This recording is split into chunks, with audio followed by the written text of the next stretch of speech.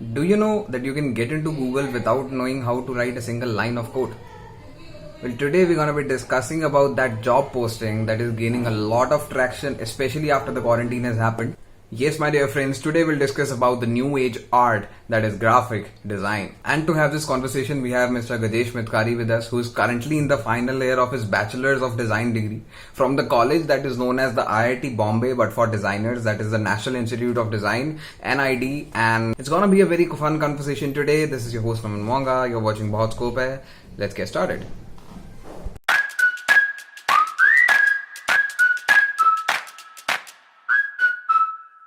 तो भाई और बहनों, आप सबका स्वागत है आप सबके अपने पॉडकास्ट जिसका नाम है बहुत स्कोप है। और आज का जो हमारा एपिसोड है वो है गजेश भैया के साथ। तो I have already introduce him. He is a very skilled and very artistic person. तो सबसे पहले तो हेलो भैया, कैसे हैं आप? हेलो हेलो यार, नमन बहुत सही हो यार। तुम कैसे हो? सही है भैया। अच्छा, आप अपने आप को थोड़ा सा इंट्रोड्यूस करने चाहो हमारे दर्शकों को? यस। तो नमस्ते एवरीवन, मेरा नाम गजेश मिटकरी है। मैं नागपुर महाराष्ट्र का रहने वाला हूँ और मैं एक ग्राफिक डिज़ाइनर हूँ प्रोफेशनली। अभी तक मैं ग्रेजुएट नहीं हुआ, वैसे मेरा ये लास्ट सेमेस्टर चल रहा है एंड मैं जनवरी 2021 में ग्रेजुएट होऊंगा। इसके पहले अभी मैं अपना ग्रेजुएशन प्रोजेक्ट, मेरा थीसिस जो फाइनल प्रोजेक्ट होता है हमारे कॉलेज का, वो कर रहा था यूनिलेवर के साथ, जहाँ पे मैं क्लोजअप इस ब्रांड के साथ इन्वॉल्व था एंड उसमें मार्केटिंग एंड ब्रांडिंग टीम में काम कर रहा था as a research and development person. और जिसमें मैं graphic design elements and digital assets design कर रहा था कंपनी के लिए। अभी मैं फ़िलहाल लॉकडाउन की वजह से घर पे बैठा हूँ। ओवरऑल मेरा एक्सपीरियंस वैसे देखा जाए तो इस इंडस्ट्री में देखा जाए तो 2 या 3 ईयर्स का मैं बोल पाऊँगा, बिकॉज सेकेंड ईयर से ही मैं फ्रीलांस एंड बहुत सारे प्रोजेक्ट्स करने लगा था। सो अभी इस पॉइंट पे मैं एक फुल प्रोफेशनल बन चुका हूँ जो इंडस्ट्री में एज अ ग्राफिक डिज़ाइनर काम कर रहा है। अब तक सिर्फ फ्रीलांस करता था। यस। सही है भैया। अच्छा, सबसे पहले तो हम फिर मूव ऑन कर जाते हैं कि डिजाइनिंग जो इंडस्ट्री है, हमारी ऑडियंस जानना चाहती है कि उसमें कौन से तरह के जॉब रोल्स हैं जो इस टाइम पे हाई इन डिमांड है या फिर ट्रेंडिंग काइंड ऑफ कह सकते हो आप? ठीक है, इसलिए फिर UI UX की डिमांड बहुत ज़्यादा बढ़ गया है इंडस्ट्री में। तो अगर तुम्हें ग्राफिक डिज़ाइनर सक्सेसफुल या फिर अच्छा इंडस्ट्री में चलना होगा तो UI UX को साथ में लेके चलो। ठीक है, उसको मैं नंबर 1 पे रखूँगा। सेकेंड इज़ कि यार सोशल मीडिया मैनेजमेंट अभी इस टाइम में ज़्यादा बढ़ गया है। ठीक है, बहुत ज़्यादा बढ़ गया है। ठीक है, तो बिकॉज उसके रीजंस हमारे सामने हैं।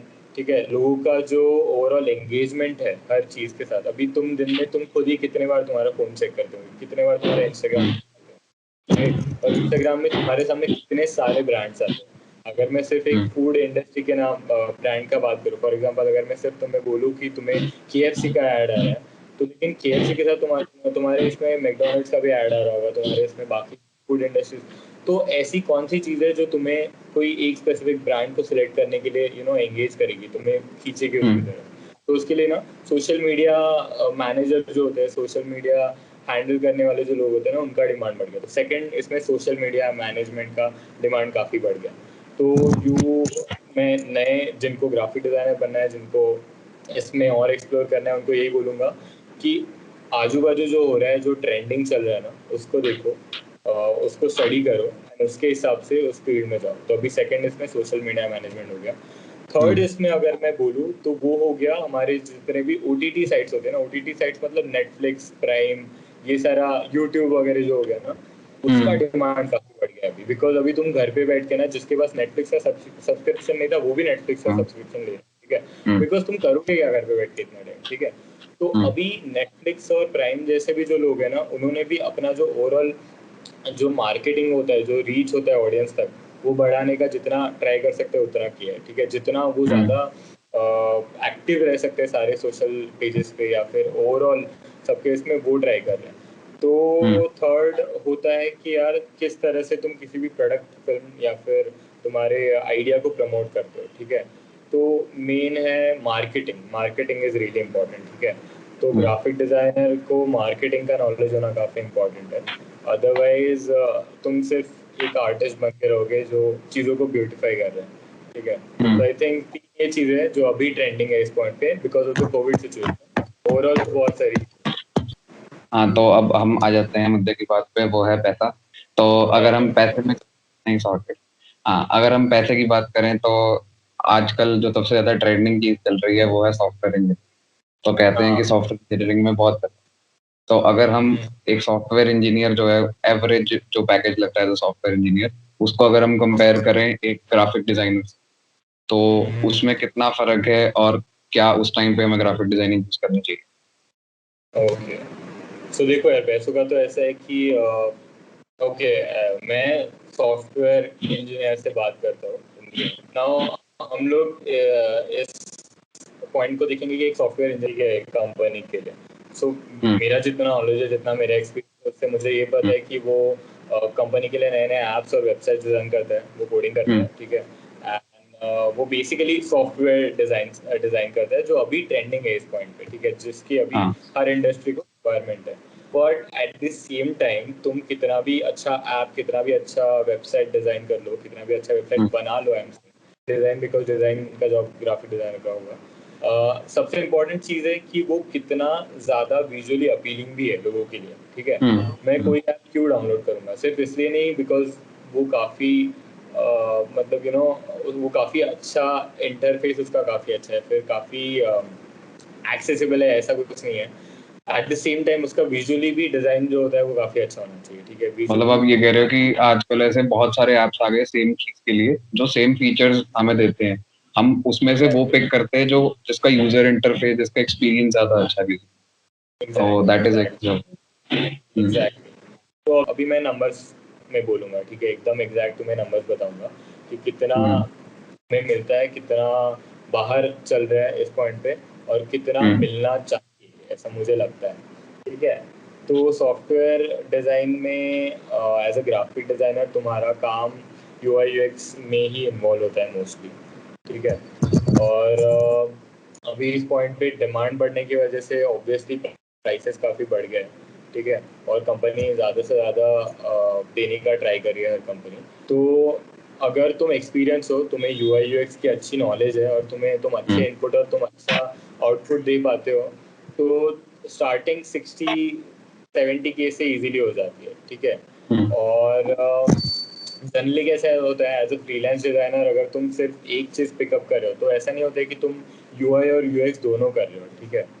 कभी कभी ऐसा होता है कि तुम सिर्फ इंटरफेस डिजाइन कर रहे हो किसी वेबसाइट का या फिर किसी एप्लीकेशन का, या फिर कभी कभी हम्म सिर्फ एक्सपीरियंस के टीम में तुम काम कर रहे हो, ठीक है। हम्म तो इट डिपेंड्स ऑन तुम्हारा एक्सपीरियंस किस चीज़ में, ठीक है। हम्म तो ओवरऑल अगर मैं एज अ स्टूडेंट, बिकॉज मैं अभी भी स्टूडेंट हूँ, मैं अभी तक ग्रेजुएट नहीं हुआ हूँ, ठीक है। तो मेरा जो पे पैकेज स्टार्ट होता है किसी प्रोजेक्ट के लिए, वो मिनिमम 35 से स्टार्ट होता है, 35 की पर प्रोजेक्ट, ठीक है। हम्म अब वो बढ़कर कितना भी बढ़ सकता है, depending on how much the company is willing to pay. वो प्रोजेक्ट कितना बड़ा है, प्रोजेक्ट की पॉसिबिलिटीज़ कितनी बड़ी है, और मैं कितना काम कर रहा हूँ, ठीक है ना। कुछ कुछ डिज़ाइनर्स ऐसे होते हैं जो आवरली चार्ज करते हैं, जो घंटों के हिसाब से चार्ज करते हैं, ठीक है। हम्म तो वो सिस्टम जो है ना, वो मोस्टली फॉरेन कंट्रीज में होता है। इंडिया में वो सिस्टम अब तक आया नहीं है, बिकॉज इंडिया में लोगों को इसका इंपॉर्टेंस पता नहीं है, ठीक है। इंडिया में हम्म तुम्हें मिलता है प्रोजेक्ट बेसिस के हिसाब से या फिर मंथली बेसिस के हिसाब से। और प्रोजेक्ट बेसिस के हिसाब से तब मिलता है जब तुम फ्रीलांस करते हो, मंथली बेसिस पे तब मिलता है जब तुम किसी कॉर्पोरेट में काम कर रहे हो एज अ ग्राफिक डिजाइनर, ठीक है। तो मान के चलो 30-35 से UI UX का स्टार्ट होता है, ठीक है। हम्म एंड वो एंड होगा 1.52 तक इजीली, ठीक है। So hmm that's all I would say. सही है। अगर मतलब अगर हम बात करें सॉफ्टवेयर की, उसको भी अराउंड मेरे को लगता है average package 6 lakhs per annum लगता है। तो उसके अकॉर्डिंग हाँ, भी 50 to 60 thousand as a fresher तुम्हें मिलता है। और मेरे को लग रहा है सिमिलर सीन ग्राफिक डिजाइन का भी है, बट ऐसा है कि हाँ मतलब कुछ कंपनी जैसे अमेजोन वगैरह है, वो स्टार्टिंग वाला पैकेज ही तुम्हें ज्यादा दे देती है, like around 1 lakh per month और समथिंग। तो वो ग्राफिक डिजाइन में इस टाइम पे थोड़ा कम है, बट वो विद एक्सपीरियंस मेरे को लगता है बढ़ जाता है, right? And also the thing is यार, नमन, कैसा होता है ना, बहुत बार क्या होता है कि कंपनी के लिए पोर्टफोलियो काफी इंपॉर्टेंट होता है। अभी मेरे हम्म इसमें बहुत सारा काम है ग्राफिक डिजाइन से related, hmm but at the same time शायद मेरे इसमें अगर UI UX से रिलेटेड काम कम है या फिर बिल्कुल नहीं है, तो कोई कंपनी मुझे क्यों लेगी? अगर मेरे पास स्किल्स भी है बट मेरे पास उस चीज़ का एक्सपीरियंस नहीं है, तो मेरी हम्म कोई कंपनी मुझे क्यों लेगी? But at the same time ले भी सकती है अगर तुम उसको और एक्सप्लोर करने के लिए इंटरेस्टेड हो, बिकॉज बहुत सारे हम्म डिजाइनर्स का ऐसा हुआ है जिनके पोर्टफोलियो में अब तक UI UX का कोई काम नहीं था, बट ओवरऑल हम्म पोर्टफोलियो देख के ऐसा कंपनी ने प्रेडिक्ट किया था कि हाँ यार ये बंदा कर सकता है या फिर ये बंदा इंटरेस्टेड है, तो वो भी होता है, ठीक है। तो मेन चीज़ ये है कि तुम कितना ज़्यादा रेडी हो इस लर्निंग एक्सपीरियंस के लिए और कितना ज़्यादा रेडी हो और एक्सप्लोर करने के लिए यूआई यूएक्स में। तो मैं बोलूँगा पोर्टफोलियो बहुत इंपॉर्टेंट है, ठीक है। पोर्टफोलियो तुम अच्छा बिल्ड करो, तो इजीली कोई भी कंपनी देगी। किसी भी कंपनी के लिए तुम्हारा प्रीवियस काम, तुमने जो एक्सपीरियंस किया है वो काफ़ी इंपॉर्टेंट होता है देखना, अदरवाइज वो क्यों तुम्हें इंटरेस्ट होंगे ना। तो पोर्टफोलियो सही भी है। अच्छा, फिर अब हम नेक्स्ट सेगमेंट में मूव करते हैं, that is about your story. तो how did you get into NIT? Like NIT is at the point considered as like the IIT for designers, right? हाँ So, हाँ and it definitely should be hard because there are like 35,000 people applying for that and only 150 get selected every year. So how hard it was for you, and before that what was your story like? How did you get into NI? Okay. So यार ये सबसे interesting part होगा I think पूरे conversation का, because so मैं जिस family background से belong करता हूँ, तो मेरे फैमिली की हिस्ट्री में कभी कोई आर्टिस्ट डिज़ाइनर नहीं था, कभी नहीं। हमारे फैमिली में सिर्फ टीचर्स, ऑफिसर्स एंड एवरी, मतलब सारे उसी बैकग्राउंड के जो सारे स्टडीज़ थे। मैं ना बचपन से ड्राइंग कर रहा हूँ, मैं ड्राइंग कर रहा हूँ जब से मैं 6 साल का था, ठीक है। नाउ तब मुझे ऑनेस्टली 10th 12th तक एनआईडी के बारे में बिल्कुल आइडिया नहीं था, बिल्कुल नहीं पता था एनआईडी करके कोई कॉलेज होता है, डिज़ाइन का 12th कोई तक? कॉलेज होता है। या 12th तक मुझे बिल्कुल नहीं पता था, ठीक है। Oh. I be very honest, ठीक है।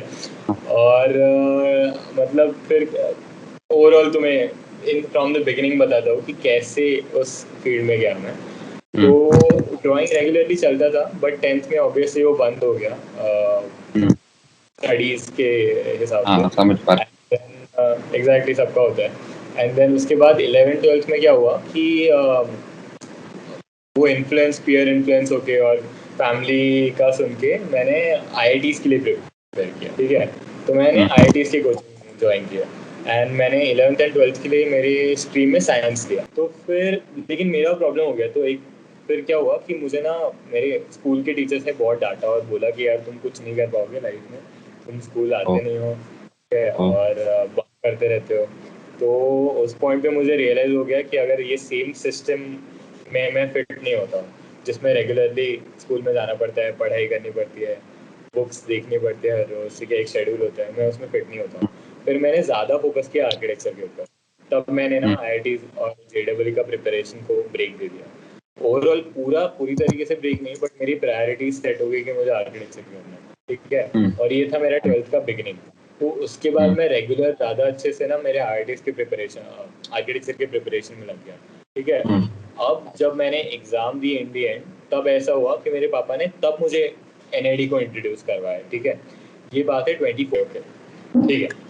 तो फिर क्या हुआ, जब आर्किटेक्चर पे मैं पूरी तरह से फोकस करने लग गया, तब 2014, मतलब इसके पहले 12th के एग्ज़ाम के पहले ना न्यूज़पेपर में ऐड आया एनआईडी का, ठीक है।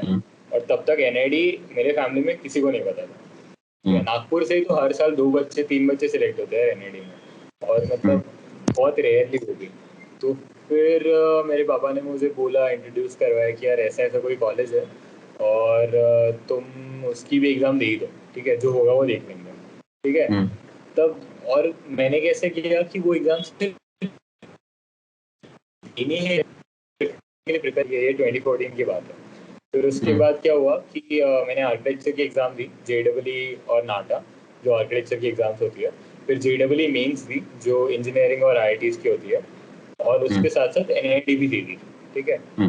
तो अभी रिजल्ट आने के बाद ना एकदम क्लियर हो गया वो, मतलब मुंह पे एकदम तमाचे की तरह वो लग गया कि जेडब्ल्यू इंजीनियरिंग के लिए तो मैं बना ही नहीं हूँ, ठीक है। बना ही। तो मेरे जेडब्ल्यू रैंक कितना आया था भैया? में मिले थे, हाँ। रैंक जेडब्ल्यू जानना में मुझे चाहते हैं? मिले थे, सॉरी सॉरी तुम्हारा आवाज़ कट गया। हम रैंक जानना चाहते हैं आपका। अरे मैं बताता हूँ ना तुम्हें, वही तो स्पेशल चीज़ है और मैं बहुत प्राउड हूँ उसके लिए। तो जेडब्ल्यू में मुझे मिले 24 मार्क, 24 मार्क मिले थे, ठीक है। ओ ओ रैंक तो भाई भूल ही जाओ रैंक। वो लास्ट काफी बड़ा नंबर है। 20-30 बच्चे सारे इंडिया में मिला के, उन 20-30 बच्चों में मैं होऊंगा, ठीक है। तो वो थप्पड़ था कि भाई तुम नहीं कर सकते, तुमसे नहीं होगा, ठीक है। तो तब हंसी आई, तब बुरा नहीं लगा, तब हंसी आई, ठीक है। और तब क्लियर हो गया कि यार चलो ठीक है, ये एक तो पता चल गया कि ये नहीं हो सकता। But at the same time JW mains जो होता है आर्किटेक्चर का, उसमें मैंने ना, उसमें मेरा रैंक आया 220 all over India, AIR rank 220 आया मेरा, ठीक है। तब वो रियलाइज हो गया कि चलो यार, मतलब ये क्लैरिटी मिल गई कि इसमें नहीं जाना है, इसमें जाना है, हाँ, ठीक है। बहुत एक क्लियर हुआ क्लैरिटी। ऐसा, हाँ एग्जैक्टली। अब NID के बारे में हम लोग भूल ही गए आर्किटेक्चर का हाँ, रिजल्ट आने के बाद। अब हाँ, इतना अच्छा हाँ, रिजल्ट आता है तो फिर तुम बाकी सारी चीजें भूल ही जाते हो, ठीक है। हाँ, हाँ, तो फिर क्या हुआ, फिर NID का भी रिजल्ट आया और मैंने NID का भी एंट्रेंस क्लियर कर दिया, ठीक है। हम्म, और NID का ऐसा होता है कि तुम सिर्फ एंट्रेंस क्लियर करके तुम्हारा एडमिशन नहीं होता है, एंट्रेंस क्लियर करने के बाद और 3 टेस्ट होती है, ठीक है। हाँ, तो वो फिर तुम्हें वो, जाना पड़ता है कि कैंपस में जाना हाँ पड़ता जाना है। पड़ता है। वहाँ पे स्टूडियो टेस्ट होता है तुम्हारा, वहाँ पे तुम्हें कुछ हम्म, टास्क दिया जाता है, वो करना पड़ता है, फिर इंटरव्यू होता है। अब वो आइडिया था मुझे, बट हम्म, तब कुछ किया ही नहीं था ना, तो फिर मैंने हम्म, थोड़ा बहुत प्रिपेयर कर लिया कि चलो कर ही लेते हैं। बट यार, इन दी एंड मेरा फोकस था आर्किटेक्चर। अब इतना हम्म, सब कुछ होने के बाद तुम क्यों दूसरी जगह पे जाओगे हाँ, ना। और ओवरऑल मैंने प्रिपरेशन भी आर्किटेक्चर के लिए ही किया था। तो हम्म, फिर लेकिन मैं गया, मेरी पूरी फैमिली गई वहाँ पे अहमदाबाद में, ठीक है। हम हम्म, लोग कार से गए, ठीक है। मतलब हम्म, कुछ ट्रेन वेन का टिकट मिल नहीं पाया था उस पॉइंट पे, तो हम लोग 24 घंटे लगातार ट्रैवल करके अहमदाबाद गए, हाँ, ठीक है, समझ विदाउट गया। Any break. ब्रेक लिया ही नहीं हमने, ठीक है। फिर वहाँ पे गया, ओ, किया। और इंटरव्यू में ना मुझे क्वेश्चन पूछा गया कि तुम्हें NID के बारे में कैसे पता चला, क्या। और मैंने ऑनेस्टली सब कुछ बताया, लेकिन मेरे को पता ही नहीं था।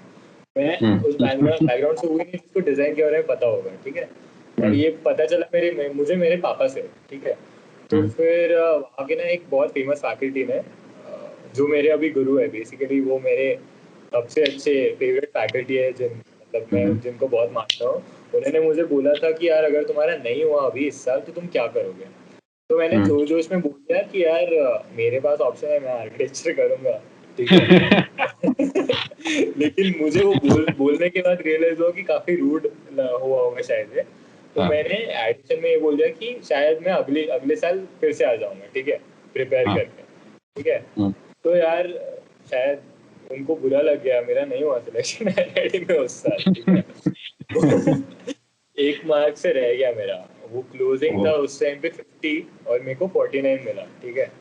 तो वो रह गया, बट कुछ नहीं लगा, बुरा बुरा बिल्कुल नहीं लगा, बिकॉज वो मेरा मेन गोल था ही नहीं, NID में जाना ही नहीं था मुझे। 230 रैंक आया है आर्किटेक्चर में, वहां जाए बंदा। हाँ मैं इधर ही हाँ, खुश था। और मेन मतलब नागपुर में अपने घर पे रहने का मौका मिल रहा है, तो मैं क्यों कहीं पे जाऊँ। फिर जब सेकंड सेमेस्टर शुरू हुआ ना, तब थोड़ा बहुत प्रॉब्लम होने लगा प्राइवेट कॉलेजेस वाला, कि हर चीज़ हम्म, में, अ, नाम नहीं लूंगा मैं कॉलेज का, ठीक है। हम्म, बट हर चीज़ में पैसे ऐंठना, ठीक है, छोटी छोटी चीज़ों पे स्टूडेंट को पैसे मांगना, मतलब हर हाँ, साइट विजिट होता है आर्किटेक्चर की कॉलेजेस में बहुत, उसके लिए भी मतलब यहाँ पे 2 किलोमीटर दूर जाना है तो तुम 100 200 रुपए ले रहे हो बच्चों से, ठीक है। और वो हर हम्म, हफ्ते होता था। फिर ओ, ओवरऑल जो तुम्हारा कलीग्स भी होते हैं ना यार कॉलेज में, वो बहुत मैटर करते हैं तुम्हें ग्रो करने के लिए, ठीक है, बहुत हम्म, ज़्यादा मैटर हम्म, करते हैं। तो ये कॉलेज में कहता था यार कोई पैशनेट था ही नहीं, ठीक है। एक दो हाँ, बच्चे होंगे पैशनेट जो छोड़ के चले गए बाद में, ठीक है। वो कॉलेज, तो वो कलीग्स है ना मुझे जरा, और मैं घर पे आके ना बहुत ज्यादा रैंट करता, बहुत ज्यादा चिल्लाता था, बोलता था क्या है, कैसे लोग हैं, कुछ करते नहीं है। फिर मेरे पापा ने सिर्फ मुझे एक ही चीज बोली कि यार तुम्हें अगर कोई चीज सच में चाहिए ना, तो उसके लिए पूरी जी जान लगा के मेहनत करो, और बाकी सारी चीजें इग्नोर कर दो, ठीक है। हम्म, और मेरे पेरेंट्स ने खुद से ही मुझे बोला कि तुम ड्रॉप आउट ले लो। तो वो शायद मतलब इंडिया में ऐसे पेरेंट्स बहुत रेयर होते होंगे जो अपने ही बच्चे बहुत को ज्यादा। बोले कि तुम, ठीक है। तो यार मैं बहुत लकी हूँ कि मेरे पास ऐसे पेरेंट्स हैं जिन्होंने मुझे सही टाइम पे बोला कि अपने पैशन को फॉलो करो, ठीक है। हम्म, अब जब वैसा होता है ना, जब तुम्हारे पेरेंट्स तुम्हें बोलते हैं ना, तब हिम्मत जितनी बढ़ती है ना उतनी कोई नहीं बढ़ा सकता भाई, कोई नहीं बढ़ा सकता, ठीक है। हाँ, तुम्हारे सामने बिल गेट्स स्टीव जॉब्स आके भी बोले ना कि ड्रॉप आउट कर लो, तुम नहीं मानोगे। पेरेंट्स ने एक हाँ, बार बोले ना कि पैशन फॉलो करो, दिल से फॉलो करोगे, ठीक है, दिल से फॉलो करोगे। हाँ, सही। तो हम्म, फिर मैंने फाइनली डिसाइड कर लिया कि नहीं जा रहा मैं कॉलेज, तो जा ही नहीं रहा, ठीक है। हाँ, और नहीं कर रहा हूँ मैं। अब मैंने फुल प्रिपरेशन दिन के 15-16 घंटे NID के प्रिपरेशन में लगा दिया, ठीक है। हम्म, और मेरे पास ऑप्शन ही नहीं था दूसरा कुछ, अगर मेरा नहीं हुआ तो मुझे ऑल ओवर पूरा सब स्टार्ट बिगिनिंग से करना हम्म, पड़ेगा, ठीक है। फिर दिन रात काम करता रहा, मेहनत करता रहा, पोर्टफोलियो बनाता रहा, वीडियोस देखते रहा, ट्यूटोरियल्स, ठीक है, लोगों से बात करता रहा, जितने एनआईडियंस इंस्टाग्राम और फेसबुक पे मिलते होंगे उनको स्नीकीली मैसेज करता रहा कि भैया कैसे हो, भैया कैसे हो, ठीक है, बट किसी ने मैं बता रहा हूँ किसी एनआईडियन ने मेरे को रिप्लाई नहीं किया, ठीक है। ओ अब ओ वो धीरे धीरे कॉलेज में जरा बात फैल गई, ठीक है, किसी को मैंने बताया नहीं था कि मैं एनआईडी के लिए प्रिपेयर कर रहा हूँ फिर से, ठीक है। और वो हुआ ऐसे कि जिस बंदे की 100% अटेंडेंस होती थी और जो बंदा इतना कंसिस्टेंट था, वो कैसे बिल्कुल कॉलेज नहीं आ रहा है और बिल्कुल असाइनमेंट्स नहीं कर रहा है, तो मैंने रीज़न क्या दिया कि मेरा हेल्थ इश्यूज हो रहे हैं, ठीक है। और फिर हुआ ऐसे कि मेरा फाइनली एनआईडी सब कुछ करने के बाद एंट्रेंस क्लियर हो गया, फिर मैं फिर से वहाँ पे गया सेकेंड टेस्ट और इंटरव्यू देने के लिए, और मेरा फिर से सेम पैनल था, ठीक है। अब होता है ऐसा है कि हर साल पैनल चेंज होता है, ठीक है, मेरा सेम पैनल था, और मुझे ना मेरे फैकल्टी ने पहचान लिया, उनको पता चल गया कि ये वही बच्चा है जो बोल रहा था कि मैं आर्किटेक्चर कर, ठीक है। तो उन्होंने मुझे देख के बोला कि अरे तुम आ गए। मैंने बोला हाँ, मैं बहुत पैशनेट था इसके लिए, ठीक है। और फिर ना मेरा ना, मैं जब पोर्टफोलियो लेके गया था एनआईडी के लिए, तब मुझे, मैं अब बचना एक फाइल में पूरा काम, मैं तुम्हें बता रहा हूँ, मेरा जो ओवरऑल पोर्टफोलियो जितना सामान में लेके गया था एनआईडी में दिखाने के लिए इंटरव्यू में, वो पूरे सामान का वेट था 25 किलो, ठीक है। 25 किलो का सामान ले गया, और जब मेरे इंटरव्यू के लिए मुझे बुलाया गया, तब मेरे पेरेंट्स से मुझे हेल्प की सामान अंदर लाके रखने के लिए, मेरे पास 2 बड़े बड़े पोर्टफोलियो, बहुत सारे मॉडल, सब कुछ था, ठीक है। फिर उसके बाद अब इतना सब कुछ करने के बाद तो यार सिलेक्शन, मतलब मैं ओवर कॉन्फिडेंट साउंड नहीं करना चाहता, बट होना ही था, बिकॉज मैंने बहुत प्रिपेयर किया था और ऑनेस्टली बहुत मेहनत की थी, बहुत ज़्यादा मेहनत, और वो इंटरव्यू वालों को भी शायद रियलाइज हो गया उस पॉइंट पे कि यार ये बच्चा सच में आना चाहता है, ठीक है। और मैंने उनको बोल दिया कि यार मैंने ड्रॉप आउट ले लिया है, मेरे पास ऑप्शन ही नहीं है अभी, प्लीज। प्लीज मेरा 26 सिलेक्शन हो गया। हाँ, एनआईडी में सिलेक्शन होने के बाद ना लाइफ चेंज हो गई भाई, लाइफ अच्छा चेंज है, मतलब मैं ऑनेस्टली बताऊंगा, अंडरडॉग था मैं, गली बॉय था मैं। एनआईडी में आने के बाद तो गली बॉय को स्टेज मिल गया था, अपना जो काम है, अपना जो थॉट प्रोसेस है वो दिखाने के लिए। अब जो क्वेश्चन था भैया वो था कि like if let's assume somebody is doing law और इंजीनियरिंग और any other thing other than designing and in some random college, तो वहां पे अगर समबडी इज इंटरेस्टेड कि हाँ डिजाइनिंग करना है या एनिमेशन या कुछ भी, मतलब कुछ आर्ट रिलेटेड करना है, तो what is the like process कि अगर हम साइड हसल की तरह इसको स्टार्ट करें, लेकिन तो मेन स्ट्रीम हम रख सकते हैं कि अगर हम सॉफ्टवेयर कर रहे हैं तो हम सॉफ्टवेयर इंजीनियरिंग प्रिपेयर करें, बट बाकी जो दिन का 3-4 घंटा है वो एज अ साइड हसल अगर हम स्टार्ट करना चाहें तो क्या चीजें कर सकते हैं कि हम फुल टाइम ग्राफिक डिजाइन कर सकें, या फिर अगर हम अपनी बीटेक के बाद या जो भी बैचलर्स डिग्री के बाद एक मास्टर्स डिग्री ले सकें एनआईटी के या फिर ऐसे कोई रेप्यूटेड कॉलेज। कि यार जितना हो सकता है ना उतना पढ़ो उसके बारे में, ग्राफिक डिज़ाइन के बारे में जितना पढ़ सकते हो उतना पढ़ो। मैं हमेशा लोगों को बोलता हूँ, नॉन डिज़ाइनर बैकग्राउंड वालों को, कि यार सिर्फ एक सॉफ्टवेयर जानना ही डिज़ाइन नहीं होता, सिर्फ फोटोशॉप या फिर इलस्ट्रेटर आना ही डिज़ाइन नहीं होता। डिज़ाइन इज बेसिकली कि तुम जैसे सॉफ्टवेयर डेवलपर कोई प्रॉब्लम सॉल्व करता है, कोई इंजीनियर कोई प्रॉब्लम सॉल्व करता है, वैसे ही डिज़ाइनर भी प्रॉब्लम सॉल्व करता है, ठीक है। डिज़ाइन मतलब सिर्फ चीज़ों को ब्यूटिफाई करना नहीं होता है, ठीक है, वो एक पार्ट होता है डिज़ाइन का। एट द सेम टाइम हम लोग बहुत सारे प्रॉब्लम्स भी सॉल्व करते हैं, ठीक है। तो इट्स रियली इंपॉर्टेंट कि तुम डिज़ाइन की हिस्ट्री के बारे में पढ़ो, ग्राफिक डिज़ाइन की हिस्ट्री के बारे में पढ़ो, देखो कि हिस्ट्री में अब तक क्या क्या हुआ है, क्यों लोगों ने इतना ज़्यादा यू नो इवॉल्व हुआ है इस फील्ड में लोग, और फ्यूचर पॉसिबिलिटीज़ क्या क्या हो सकती है, और सॉफ्टवेयर जितना प्रैक्टिस कर सकते हो उतना करो, अपनी बेसिक स्किल्स को प्रैक्टिस करो। फॉर एग्जांपल, तुम्हें कलर का नॉलेज होना बहुत इंपॉर्टेंट है, तुम्हें कंपोजिशन का नॉलेज होना बहुत इंपॉर्टेंट है, तुम्हें लेआउटिंग का नॉलेज होना बहुत इंपॉर्टेंट है इस फील्ड में, ठीक है। तुम्हें ओवरऑल डेटा इन्फॉर्मेशन को गैदर करके उसको सिंपल विजुअल्स थ्रू लोगों को कन्वे करना बहुत इंपॉर्टेंट है, ठीक है। तो सिंपल सिंपल एक्सरसाइजेस करो, बहुत सिंपल। अपने दोस्त के स्टार्टअप को, अपने दोस्त के इंस्टाग्राम पेज को उसका लोगो डिजाइन करके दे दो, ठीक है। अपने फोटोग्राफर दोस्त को उसके फेसबुक पेज के लिए उसका आइडेंटिटी या लोगो डिजाइन करके दे दो। अपनी नेबरहुड आंटी के लिए उसके अचार, होममेड अचार के लिए पैकेजिंग डिजाइन करके दे दो। ठीक है, कोई इवेंट हो रहा है घर के पास या फिर कॉलेज में, तो उसके लिए पोस्टर्स बनाओ, ठीक है, बिकॉज पोस्टर्स और इन सारी चीज़ों में कैसा होता है, लिमिटेड इन्फॉर्मेशन होता है, लिमिटेड टेक्स्ट होता है, ठीक है, बहुत सारे विजुअल्स होते हैं, इलस्ट्रेशन होता है, फोटोग्राफी होता है, ठीक है, तो तुम उसको कितने सिंपल तरीके से लोगों को कन्वे करने के लिए ये कर रहे हो, उसके ऊपर तुम्हारी ग्राफिक डिजाइन स्किल्स को हम लोग जज कर सकते हैं, ठीक है। तो ये छोटे छोटे टास्क होते हैं ना तुम्हारे आजू बाजू में, उनको फिनिश करो, उनको सॉल्व करने का ट्राई करो, और फिर उसके बाद ना उसके साथ साथ फिर रीडिंग करो तुम्हारा, तो ये सारा बेसिक तुम्हारा अंडरस्टैंडिंग क्लियर कर देगा, बेसिक तुम्हें नॉलेज दे देगा कि डिज़ाइन क्या होता है, ठीक है। और मतलब बेसिकली आजू बाजू देखो, कोई एक प्रॉब्लम पिक करो, उसको ग्राफिकली सॉल्व करने का ट्राई करो, ठीक है, सिंपल। और इसमें ना कोई सॉफ्टवेयर, कोई मीडियम मैटर नहीं करता। तुम्हें अगर लगता है तुम्हारे पास लैपटॉप नहीं है, तुम्हारे पास डिवाइस नहीं है जिसके ऊपर तुम काम कर सकते हो, जिसके ऊपर तुम कुछ बना सकते हो, हाथ से स्केच करो, पेंट करो उसको, ठीक है। पेंट नहीं कर सकते ना, तो आइडिया लिख के रखो, किसी ऐसे बंदे के पास जाओ जो कर सकता है इस चीज़, और उसको बताओ कि यार ऐसा ऐसा है, तुम कोलैबोरेट करोगे क्या। सबसे बेस्ट चीज़ है लर्निंग की, कोलैबोरेट करना, ठीक है। तुम जितना कोलैबोरेट करोगे उतना तुम मल्टीडिसिप्लिनरी चीज़ों के बारे में सीख पाओगे, ठीक है। और फॉर एग्जाम्पल तुम्हारा क्या बैकग्राउंड है? मेरा सॉफ्टवेयर, वेबसाइट वगैरह। मुझे बिल्कुल नहीं पता उसके बारे में, ठीक है। मैं तुमसे नॉलेज लूंगा, ठीक है। मेरा जो ग्राफिक डिजाइन का नॉलेज है वो तुम्हें दूंगा। भी एडिशन ही हो रहा है ना हमारे नॉलेज में, हमसे कुछ छीना तो नहीं जा रहा है, उल्टा हमारे इसमें ऐड हुआ जा रहा है, ठीक है। तो जितने डिजाइनर से बात हो सकते हो उनसे उनसे करो, जितने प्रोफेशनल से बात हो सकते हो उनसे करो, और कोलैबोरेट करो, ठीक है। That's all I can say for now. समझ गया भैया मैं, मतलब ये तो हो गया कि पहले तो हम टूल सीख लें कोई भी, जैसे इलस्ट्रेटर या फोटोशॉप वगैरह।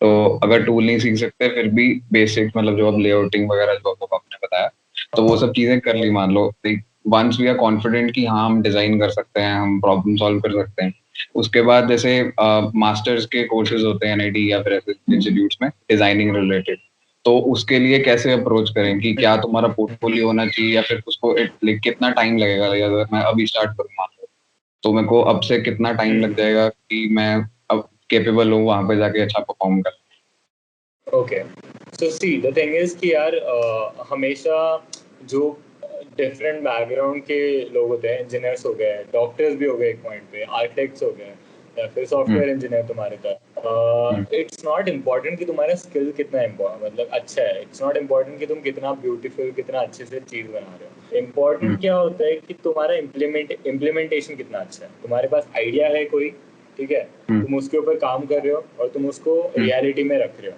वो इम्पोर्टेंट होता है, ठीक है, किसी भी डिजाइन इंस्टीट्यूट के। ऑनेस्टली जब तुम इंटरव्यू देते हो ना एनआईटी का, तब ऑब्वियसली तुम्हारा पोर्टफोलियो देखा जाएगा, तुम्हारा प्रीवियस काम देखा जाएगा, तुम्हारा सारा अब तक तुमने जो किया वो देखा जाएगा, बट ये नहीं देखा जाएगा कि तुम कितने अच्छे हो या फिर तुम कितने एक्सपर्ट हो उसमें, बिकॉज इन दी एंड तुम वहाँ पे सीखने के लिए जा रहे हो, ठीक है। तुम एज ए स्टूडेंट जा रहे हो, तुम एज ए टीचर या फिर तुम एज तुम सिखाने के लिए नहीं जा रहे हो वहाँ पे, ठीक है। तो मैं सजेस्ट ये करूँगा कि अगर तुम्हें अभी से प्रिपेयर करना है उसके लिए, अगर तुम्हें अभी इसके बाद जाना है, तो सेम चीज़ जो मैंने इसके पहले बोली थी, पढ़ो, प्रैक्टिस करो, डेली लाइफ प्रॉब्लम सॉल्व करो, और इन ये सारा जो तुम काम कर रहे हो ना छोटा छोटा डिज़ाइन रिलेटेड, उसको अच्छे से कंपाइल करो, उसको अच्छे से डॉक्यूमेंट करो। डॉक्यूमेंट से मेरा मतलब ये है कि अगर तुमने कोई किसी के लिए लोगो डिज़ाइन किया, तो उसको तुम अच्छे से रखो, उसके पीछे का तुम्हारा आइडिया जो था उसको लिखो, ठीक है, उसके पीछे का कंसेप्ट लिखो, ठीक है, वो कहाँ पे यूज़ होने जा रहा है वो लिखो, वो कौन से इंडस्ट्री में यूज़ होने जा रहा है वो लिखो। अगर फॉर जैसे मैंने बोला किसी फोटोग्राफर फ्रेंड के लिए तुम लोगो डिज़ाइन कर रहे हो, तो उसका बैकग्राउंड लिखो कि ये ब्रीफ मुझे मिला था, ये चीज़ मुझे बताई गई थी और उसके हिसाब से मैंने ये डिज़ाइन किया। तो भैया अब हम मूव ऑन करते हैं कि आपकी life, like you are doing freelancing currently, तो फ्रीलांसिंग में सुबह उठने से रात को बेड पे जाने तक आपका दिनचर्या कैसी है? अब मैं सुबह, मेरा ऐसा होता है कि सुबह मैं 7 बजे उठता हूँ, एक्सरसाइज करके फिर मेरा ओवरऑल डे का प्लान करता हूँ। तो अगर इफ़ यू आर कंफर्टेबल, मैं मेरा दिखाऊंगा कि प्लानिंग कैसे होता है। हाँ तो श्योर। मेरे डेली टास्क ना ऐसे स्टिकी नोट्स पे लगाए हुए होते हैं, ठीक है। तो स्टिकी नोट्स पे लिख के रखता हूँ मैं कि आज क्या क्या करना है मुझे, ठीक है, और वो मेरा डेली टास्क होता है। ये सुबह उठ के पहली चीज़ मैं यही करता हूँ, ठीक है। उसके बाद फिर मैं एक्सरसाइज करता हूँ, फिर ब्रेकफास्ट एंड कॉफ़ी होने के बाद 9 साढ़े 9 बजे मैं काम के लिए बैठ जाता हूँ, ठीक है। अब मेरा ऐसा है कि काम डिवाइड करना काफ़ी इंपॉर्टेंट है, बिकॉज एज अ फ्रीलांसर ऐसा नहीं होता है कि तुम जैसे ऑफिस में होता है ना कि तुम्हें एक टास्क मिला या फिर एक प्रोजेक्ट मिला, तुम उसी के ऊपर काम कर रहे हो। फ्रीलांस में हम्म ऐसा होता है कि जैसा प्रोजेक्ट अपॉर्चुनिटी आती है हम वैसे एक्सेप्ट करके उसके ऊपर काम करना शुरू कर देते हैं। अब बहुत हम्म बार ऐसा होता है कि बहुत सारे प्रोजेक्ट्स एक साथ बैलेंस करने होते हैं, ठीक है।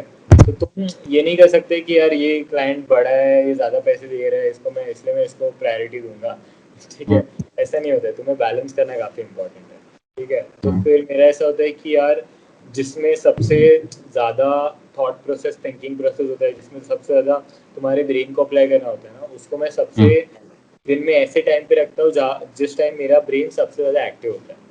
तो मॉर्निंग 9 to 12 मेरा ब्रेन बहुत एक्टिव होता है, ठीक है, बिकॉज तब एकदम फ्रेश होता हूँ मैं, तब कॉफ़ी भी चढ़ा ली होती है, ठीक है, नहा के एकदम बैठा हुआ होता है और वेदर अच्छा होता है, तो तब मैं जो सबसे चैलेंजिंग टास्क होता है वो कंप्लीट करता हूँ, ठीक है। हम्म उसके बाद 12 के बाद ना वो सारा काम जिसमें सिर्फ मतलब मुझे लेआउटिंग करना है, कंपोजिशन करना है, कलरिंग करना है, इलस्ट्रेशन करना है, जिसमें ज़्यादा दिमाग लगाने की ज़रूरत नहीं होती है, तब मैं गाने लगा के अपना काम करते रहता हूँ, ठीक है। तो 12 के बाद जितना भी काम होता है वो सारा मतलब बेसिकली अरेंज करना, ऑर्गेनाइज करना, एक जगह पे रखना। 12 के पहले रिसर्च करना, लिखना, कंटेंट लिखना, हम्म। ये सारी चीज़ें होती हाँ सही है। फिर अब हमने बात कर ली लाइफ एज अ डिजाइनर की, तो हैं। अब लास्ट सेगमेंट पे आ जाते हैं, दैट इज कॉलेज लाइफ। तो हाँ, एनआईटी में आपकी कॉलेज लाइफ, सबसे पहले तो आपकी सीजीपीए क्या सॉरी सॉरी, क्या मैंने आपकी सीजीपीए होती है आपकी एनआईटी में? अरे हाँ, सबसे इंटरेस्टिंग है। सो सीजीपीए होता है मेरे दोस्त, बट आई टेल यू ये मैटर क्यों नहीं करता है। एनआईडी में एग्जाम्स नहीं होते, रिटर्न एग्जाम्स नहीं होते, ठीक है। हम्म एनआईडी में किसी भी तरह का एग्जाम नहीं होता है, ठीक है। ये सही में? शायद ये सेलिंग पॉइंट होगा। अब सब लोग ओ एनआईडी के लिए प्रिपेयर करेंगे, ओ ठीक है। तो सबसे इम्पोर्टेंट चीज, एनआईडी में एग्जाम्स नहीं होते हैं, ठीक है। एनआईडी में होती है जूरीज। अब जूरीज क्या होता है?